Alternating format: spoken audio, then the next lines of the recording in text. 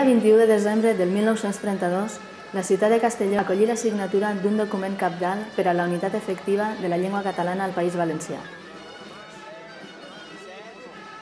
Les normes ortogràfiques o normes del 32, avalades per institucions culturals i per professionals de la llengua, donaren l'impuls imprescindible que necessitava el valencià per moure's amb seguretat en el registre estàndard.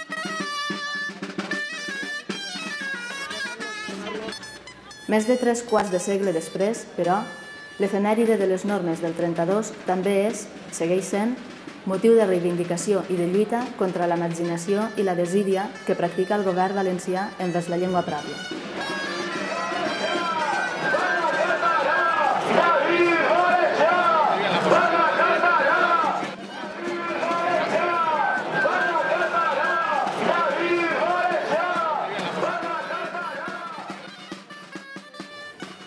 En efecte, és ben palesa la degradació progressiva que està patint el valencià en àmbits d'ús en què, amb la llei a la mà, hauria de gaudir d'una promoció i un impuls totals, com és el cas de l'educació o l'administració.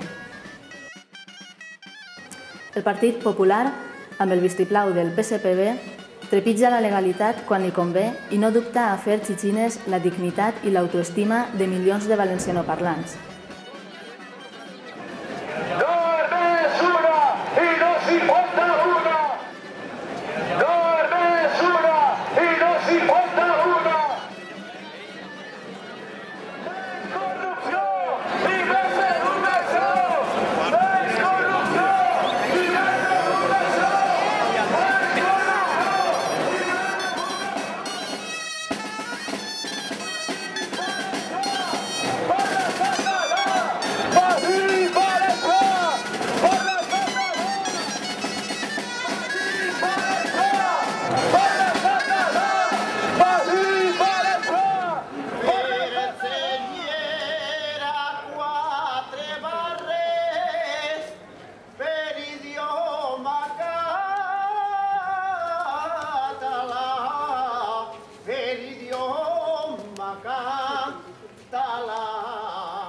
Tot plegat, una estratègia perfectament planificada de castellanització duta a terme pels autoproclamats defensors de la bona valencianitat.